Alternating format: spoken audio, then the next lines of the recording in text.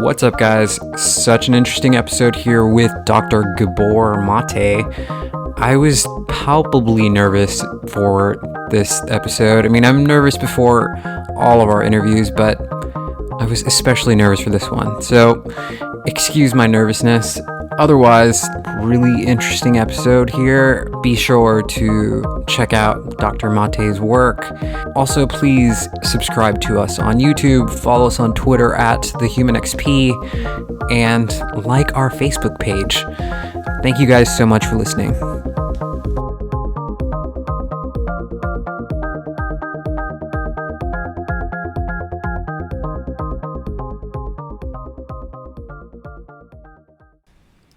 The human experience is moving through the reward pathways in your brain as we speak to my guest, best-selling author, world-renowned speaker, and lecturer, Dr. Gabor Mate. Dr. Mate, welcome to HXP. It's a pleasure to have you with us. Thank you. Dr. Mate, if you could just open this conversation with a brief introduction to who you are for the people that don't know, I think that would help lay the foundation. Sure. So I'm a medical doctor, retired actually from medical work 3 years ago after 32 years.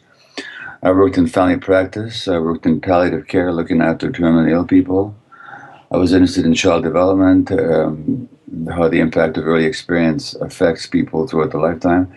And then for 12 years, I worked in what is North America's most concentrated area of drug use, Vancouver's downtown east side, where I worked with people who lived with HIV, drug addictions, hepatitis C, and all the complications of drug addiction and social ostracization.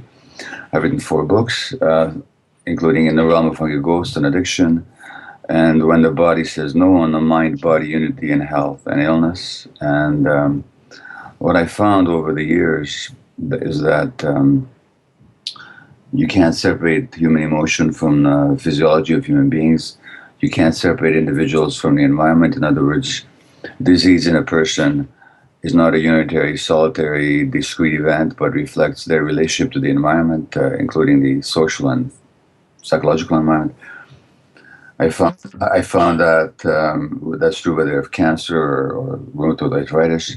I found that trauma is a fundamental influence in the onset of later disease and of mental illness, specifically addictions and other problems.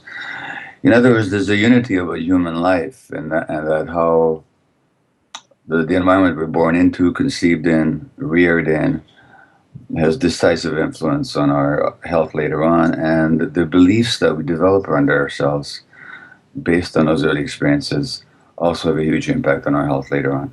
Can we just start with, and I'd like to get into a few of the things that you mentioned, but let's start with, how do we define addiction? Addiction is characterizes any behavior that a person finds pleasure or relief in the short term or craves, but has negative consequences in the long term and is unable to give it up despite those negative consequences. So craving pleasure or relief in the short term, negative long-term consequence, inability to give it up. That's what an addiction is. And that's whether it's substances or sex or gambling or shopping, alcohol, whatever it is, that's what defines an addiction. Why do you think this is such a wide problem? Have you noticed that addictions are the same all over the world, or are they different based on societal groups? Oh, they're very cultural. It depends on where it's happening and why. And the common basis for addiction on the individual level is trauma. In other words, if you ask yourself, I mean, if you, Xavier, you listen to my definition of addiction, by that definition, can you tell me if you've ever had an addictive behavior in your life? Yeah, sure. Okay, if you didn't say what was wrong with it, what was right about it, what did it do for you? Made me feel good. In what way? It removed the stress from my life. Okay. In other words, the addiction wasn't the problem. The addiction was your attempt to solve a problem of stress. So the real question is, why do you have so much stress in your life? And how is it that you didn't learn how to handle stress in a more autonomous and liberated way? And so, in other words, something happened to you. And so that what I'm saying about addiction is that it's always a response to something that happened. It's not just a disease that comes along for no reason. It's actually an attempt on the part of the individual to solve a problem that their life has presented them with. And so the more trauma there is, the more stress there is, the more childhood emotional loss there is, the more people then run to addictions to relieve the stress of all that or to relieve the pain of it. And so that you see addictions that in societies where there's a lot of trauma, and you see addictions in cultures where there's a loss of the holding environment, there's a loss of the connection and the community and the contact that would help you deal with stress in more um, helpful ways. Yeah, I mean, I think one of the most important things that you mention is that people just want to be normal, and people are just trying to be normal. Can you get into that a bit more, please? Well, when I ask people, as I just asked you, well, what did the addiction do for you? They'll say, well, it relieved stress. It helped me soothe my pain. It made me feel more connected. It gave me a sense of control. These are normal human qualities. I mean, we all want to feel in control. We all want to feel connected. We all want to feel the relief from pain. We all want to be able to deal with our stresses. These are normal human aspirations, and there's nothing wrong with them. The real issue is, why are people so bereft that they need to turn to an addictive behavior to give them these normal qualities that life should give them? So there's nothing remarkable about people's desire to experience normalcy. What's remarkable is, why don't they? And for that, you have to look at the culture, you have to look at their environment. A strong thread in your work is the relationship between childhood trauma and how it affects their mental and physical health as an adult. I mean, how would you say, how important is this to understanding addiction? Well, for addiction, it's crucial. As I mentioned, in the downtown side of Vancouver, which is North America's most dense area of drug use, in 12 years of work, every single woman I've ever worked with had been sexually abused. Every single one of them, as a child. Many of the men had been abused, traumatized, neglected, abandoned. If you look at statistics on addiction, not just my own observations, huge correlation between childhood trauma and addiction. And childhood trauma predisposes to addiction in a number of ways. Number one, the very development of the brain depends on the environment. And so when children don't have the supporting, loving, nurturing environments, their brain circuits will be deprived of the chemicals that make them feel good. So then they want to do addictive behaviors to give them those same chemicals. So it affects brain development. Childhood trauma also, of course, is emotionally very painful. It's very hurtful. You have this lifelong pain that you want to run away from. And addictions are all about running away from pain. Then people are traumatized. The child who's traumatized does not recognize that there's something wrong with the world. They naturally assume that there's something wrong with them. So there's a tremendous sense of shame that many people grow up with if they were traumatized. It's all their fault. It's all because they're flawed. They're not worthy. They're deficient. So that underlies addiction. So in a no, then a child who's traumatized, there's a tremendous sense of isolation. The very essence of trauma is to isolate you from your environment, so you feel alone, so you get cut off from human contact. You feel this tremendous loneliness. You feel this tremendous being cut off from the universe, from any sense of spiritual connection. So all the things that people need are undermined and eroded by trauma. No wonder then trauma is the major factor in predisposing to addiction, which is unfortunately most addiction physicians don't even realize, but every single person they deal with is a traumatized human being. What would you say is the difference between ceremonial usages to expand consciousness versus a person sitting in their room kind of drinking themselves into oblivion? Human beings have used substances for thousands of years. Even alcohol. I mean, alcohol, they call it a spirit, right? Alcoholic spirits. So there's a connection there to spirituality. And you can use almost any substance, certainly the natural occurring substances. Let's put it that way. You can use them ceremonially. Take something like peyote, which the Native American church has been used for hundreds of years, maybe thousands, for reaching a higher level of consciousness, to be in community, to receive the teachings of the elders. It's to elevate your level of consciousness. Or you can use it to escape. You can use it to obtund yourself, to kill your pain, to not to journey, but to go on a trip, away from reality. So these substances, the natural ones anyway, traditionally they're often used ceremonially, and the same people that traditionally have used them ceremonially, once you traumatize them and culturally destroy them, will use the same substances in addictive ways. Defining question in substance use is not what substance are you using, but what is the context and what is the intention and what is the guidance that drives the use of the substance. So I mean, what do we need to do as a society? I mean, the war on drugs seems like an abject failure. Well, the war on drugs is a failure only if you believe its premises. I mean, if the war on drugs is really intended to stop the use of drugs or to stop the trafficking of drugs, then you can say, well, it's a complete failure. But what if it isn't? What if the war on drugs is designed to keep people under control? What if the war on drugs is designed to keep a legal and police system well flush with funds? What if the purpose is the subjection of minority populations? Then it's a major success. So let's not be too careful. Let's not be too quick to assume that it's a failure. Uh, but but yes, in terms of its stated purposes of stopping addiction, of interdicting the trafficking or the transport of drugs, it's a complete failure, and it's always doomed to be, because as one American lawmaker judge said, he said you can no more you can no more repeal the law of supply and demand than the law of gravity. So that if people are gonna want to use, they're gonna use. And the question is, why do they want to use? Because they're so much in pain. So if you want to stop the use of drugs,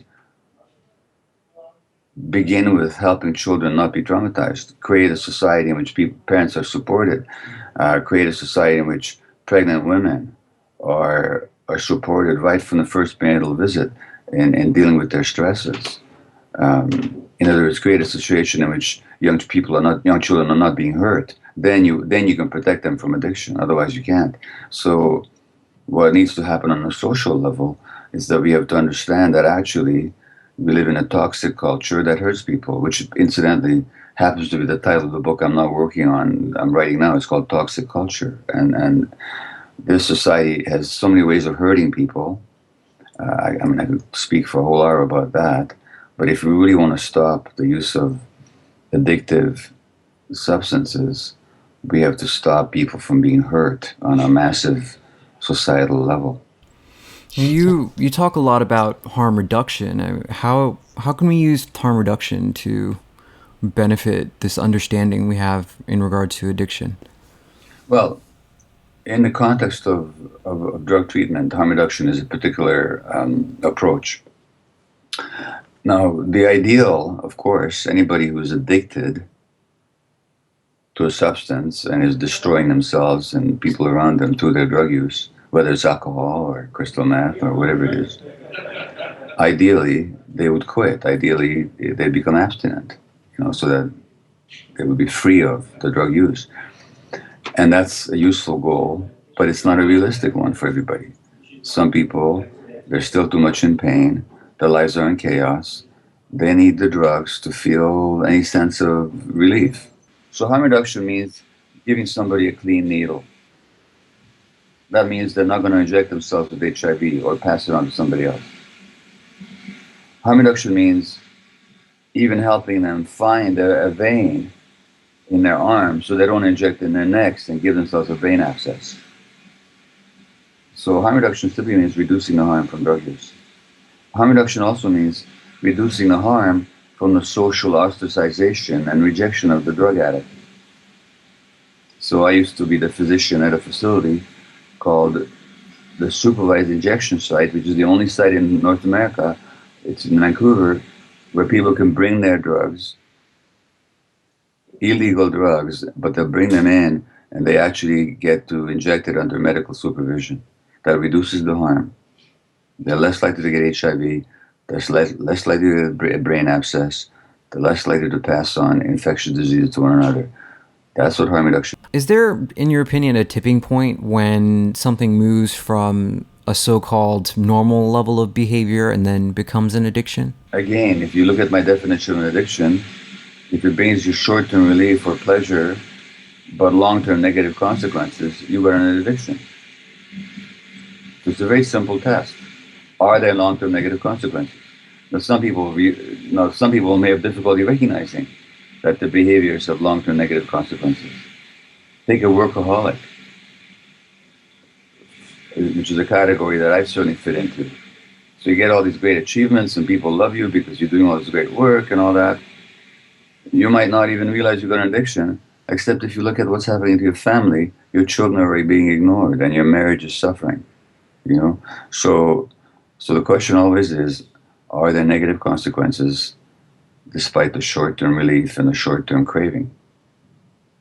Hypothetically speaking, in regards to drug addiction, do you think that if all legal drugs were legalized tomorrow, there would be an increase or decrease in drug addiction?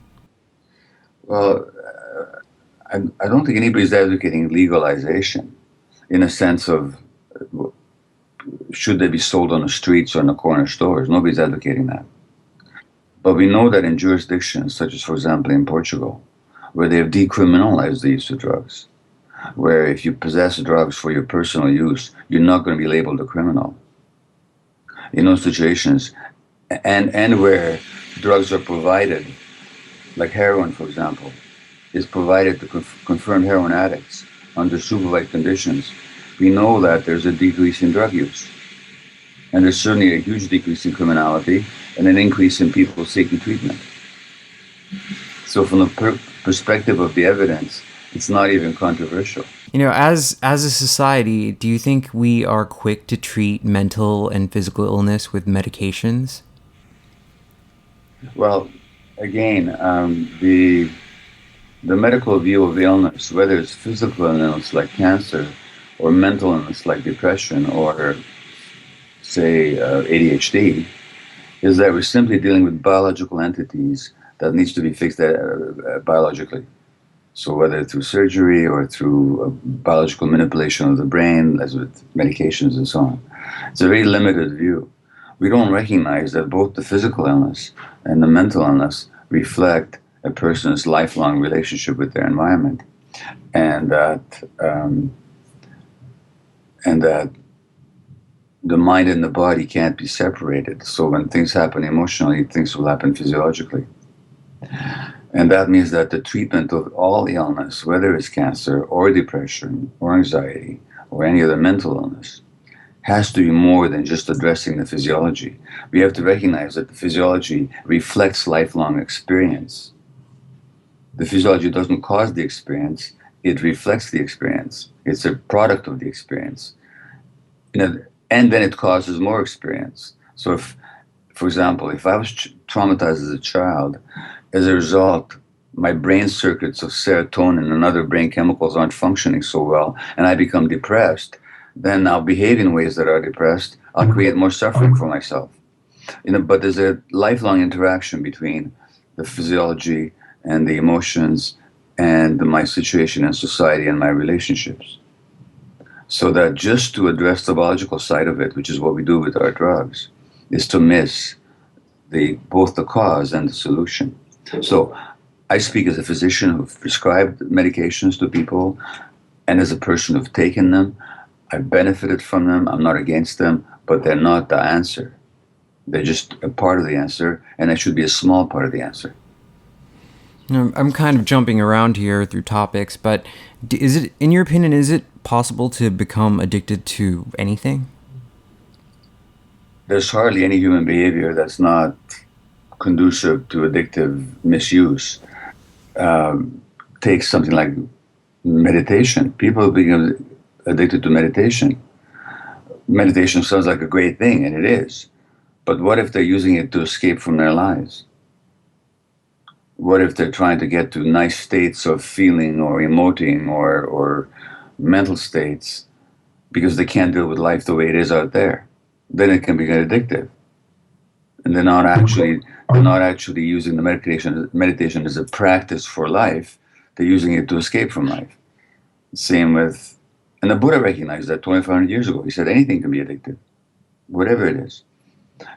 So naturally, substances, alcohol, which can be used in a convivial, communal way, and often has been, can obviously be a deep source of suffering and addiction.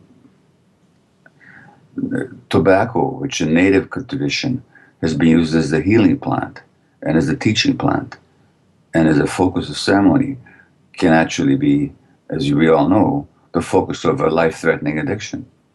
So there's nothing in this world that can become addictive. Virtually nothing. It's not the behavior. It's one's internal relationship to it that defines whether it's addictive or not.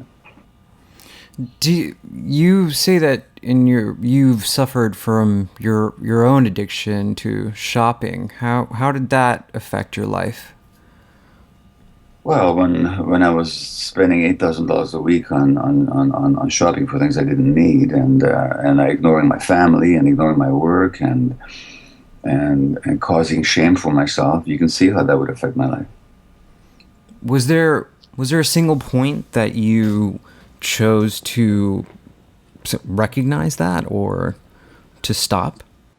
You know, there was no single point, and I would continue for years after for years. I would recognize that it was damaging, but I would still continue with it, which is typical of addicts.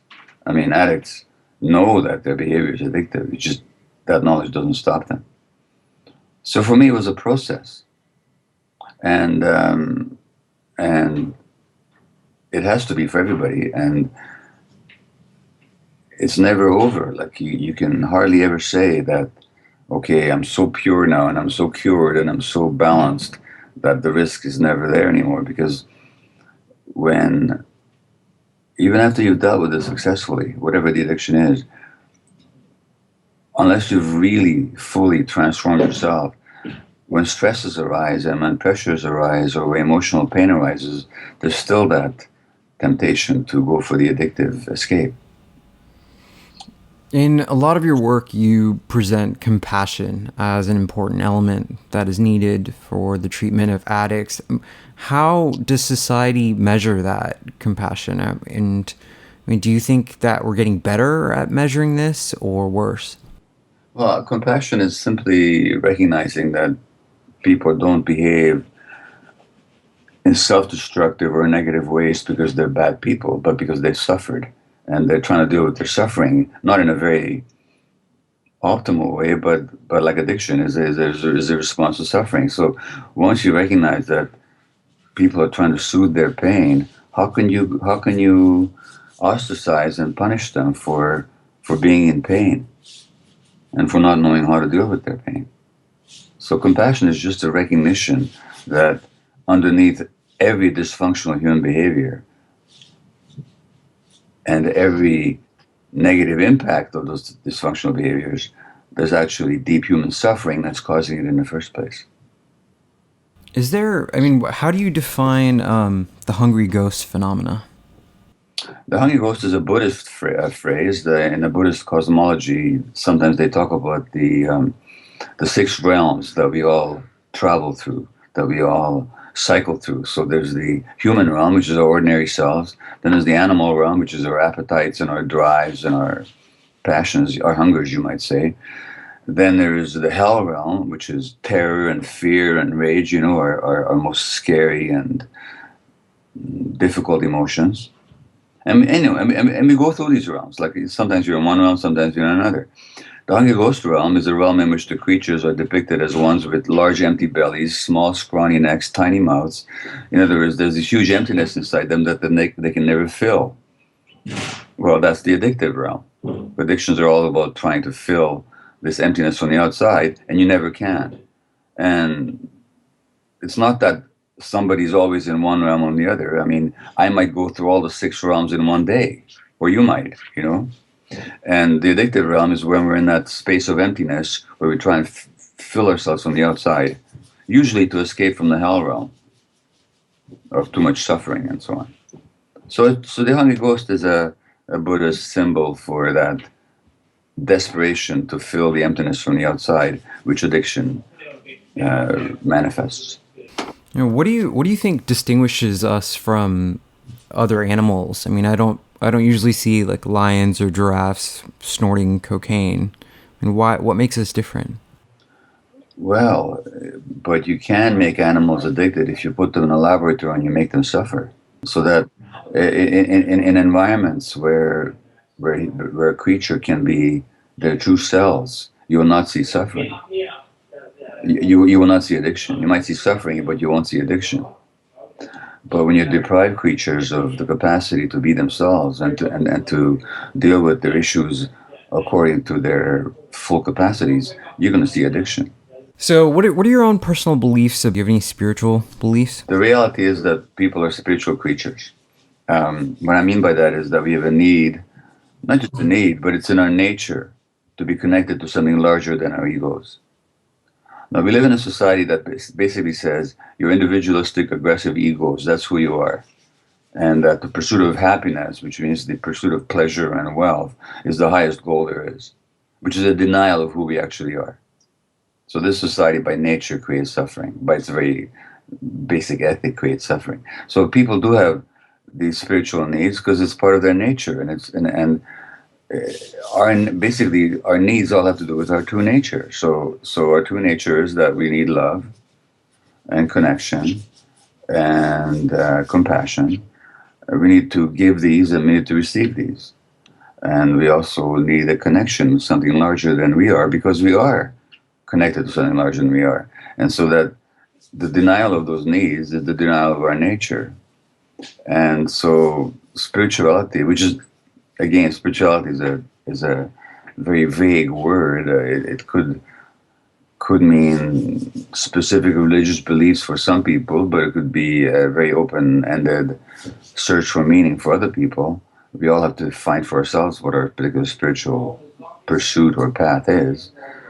But spirituality is simply part of who we are. And I used to deny that. I mean, I didn't used to realize that growing up and being a very militant atheist, in my younger years. And it's something that as I grow, I want to say older, but really I believe more mature, I'm recognizing that spirituality is actually, there's nothing wondrous about it. It's simply who we are. You co-founded Compassion for Addiction. Can you tell us about that organization? It's a nonprofit that's just getting off the ground, and its intention is to, and you can look it up, compassionforaddiction.org, I think, and I think compassion is compassion and then the number 4, addiction. Um, it's simply what we were talking about before, that the prevailing view of addiction right now in the Western world is either it's a choice, a bad, evil, morally flawed choice that people make, for which they need to be punished and ostracized, or it's a brain disease based on genetic factors. Well, I'm saying it's neither a choice nor is it a brain disease.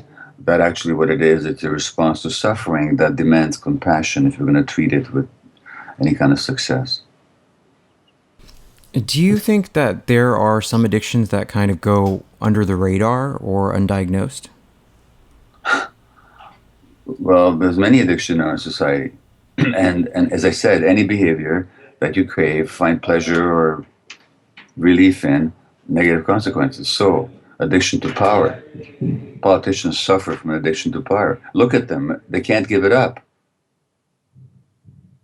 I mean, how many politicians are able to give it up? How they fight to hold on to it, despite the negative uses to which they put that power.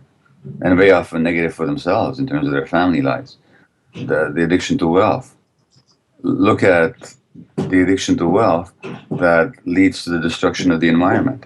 And it's so ironic, we say to the individual addict, how can you inject this harmful substance into yourself that's going to kill you? And then we're injecting all these harmful substances into the earth, into the environment, into the oceans.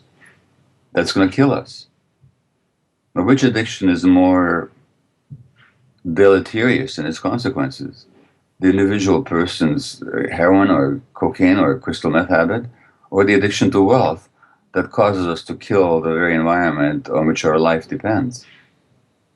But these things go under the radar as addictions. We don't see them as addictions. Nobody goes to treatment for wealth addiction. Why do you think stress plays such a major role in this? Well, stress is not an emotional state of being upset. Stress is actually a physiological response of the body to any kind of threat. So if I were to threaten you right now, or somehow mistreat you, if I had the power to do that, then your body would go into a stress mode. You'd have high levels of stress hormones, adrenaline and cortisol, which would help you escape or to fight back. So stress is a necessary response to a short-term threat. But in the long term, those same substances that in the short term help you escape, in the long term they make you sick.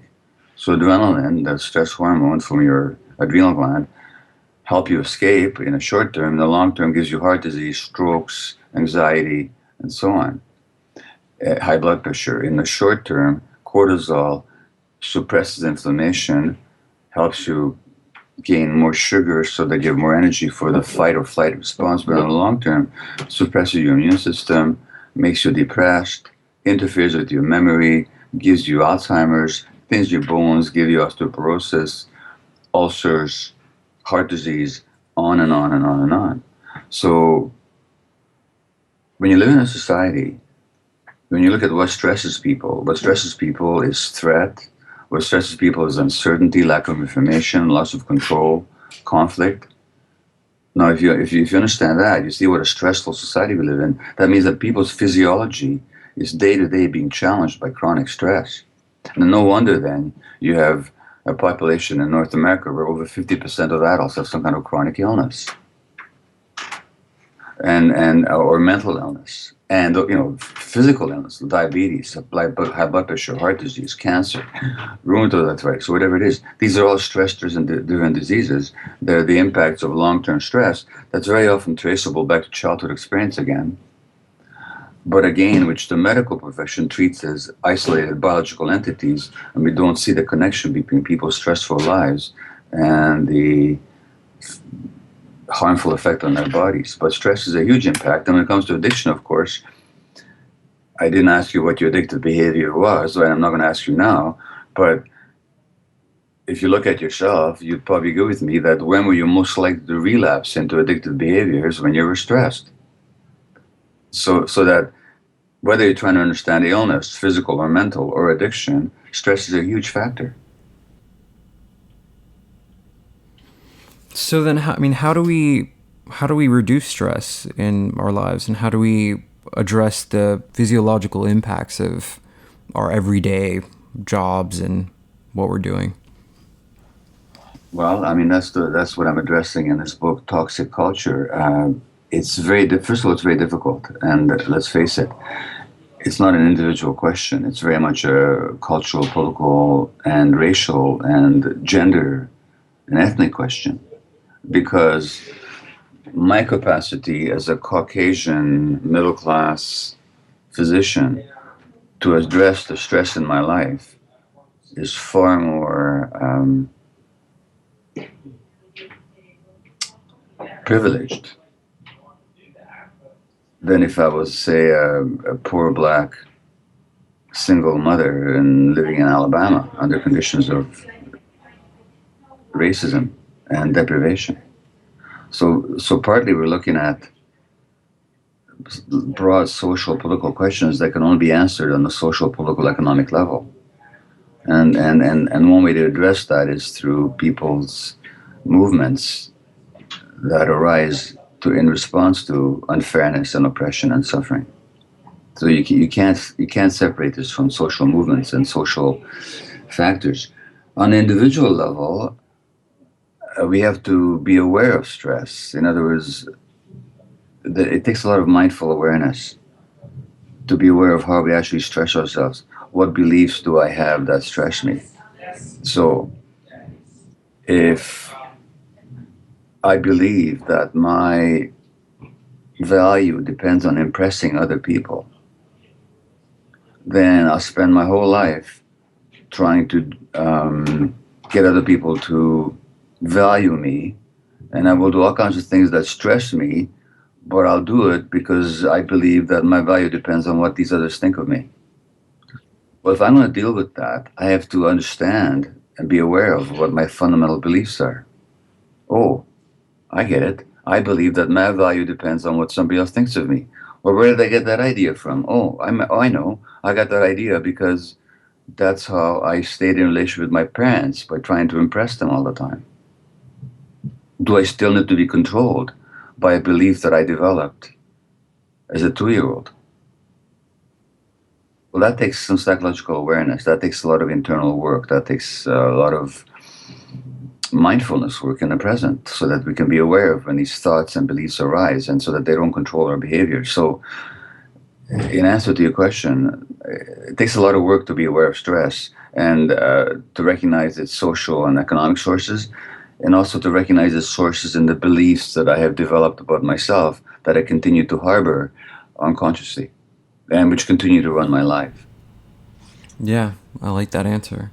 Do you have any single piece of advice that for someone who may be suffering from addiction that is listening to this show that you can give?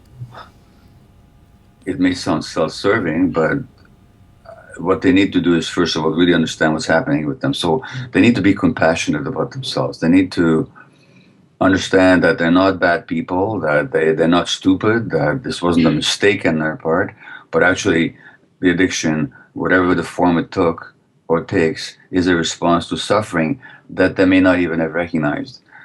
And the best way to understand that is to read my book on addiction, In the Realm of Hungry Ghosts, or to look at one of my many talks, YouTube talks on addiction, like the TEDx talk I gave called The Power of Addiction and the Addiction to Power, which is a 20-minute talk. In other words, or check out the website, Compassion for Addiction. I don't mean to bring it back to myself for purely self-serving reasons. It's just that this view of addiction as a response to suffering, I think I articulate it more clearly than anybody else that I know. And the fact that I do so is just reflects the failure of our system to understand what it's all about. Now, I'm not the source of all this information. There's many, many studies that show this, but I think I bring them together in a way that speaks to people. So I'm not going to be shy about it and say to people, look, check out the work and find out if it's true for you. But begin with the compassionate recognition that it's not your fault and that it's not a mistake, but that actually it was a response to suffering that you may not even have recognized in yourself. And I need to say something here about trauma, which is that there's the obvious trauma of sexual abuse or abandonment or a parent dying or a parent beating another parent or a parent being jailed or a rancorous divorce that you may have experienced when you were very small and you went through all that stress. There's that obvious trauma. But there's another kind of trauma which we call developmental trauma, which doesn't have to do with terrible things happening, but with good things not happening. Remember I talked about the human need for being understood and compassion and love and all that. Well, your parents may have tried to do their best, but what if they were stressed? What if they were distressed? What if they were distracted? What if they were too troubled by life and they couldn't give you that attunement? They couldn't give you that acceptance. They couldn't give you that holding environment that you as a sensitive little infant needed. Then you also were traumatized, but you may not perceive yourself as being traumatized because you may say rightly, well, my parents loved me. Yes, your parents loved you, but they didn't give you what you needed. And that itself is traumatic. And that affects the brain, that affects how you see yourself, and that gives you a lot of pain, which you try and soothe through addictive behavior. So it takes compassion for the self. And that's, if you want one piece of advice, it's have some compassionate curiosity for yourself. Instead of judging yourself, be curious. Oh, why did I do that? Why did I do that? What's the reason? What happened? And allow that curiosity to be infused with compassion instead of self-judgment. So it's not, why did I do that? Why was I such an idiot? Why did I do that? But, given that I'm not an idiot, given that I'm a good human being, why did I do all that stuff? What's the explanation? So it's compassionate curiosity. Yeah, I think that's a very powerful message, sir. Where can people find your work? The website is www.drgabormate.com, drgabormat.com, and a lot of my YouTube lectures, you can watch, there's no cost there. You just go there, you can watch these lectures or these talks. A lot of my articles, chapters from my books are there. So that's probably a good place to begin. Well, Dr. Mate, I really do appreciate your time. Thank you so much for being here.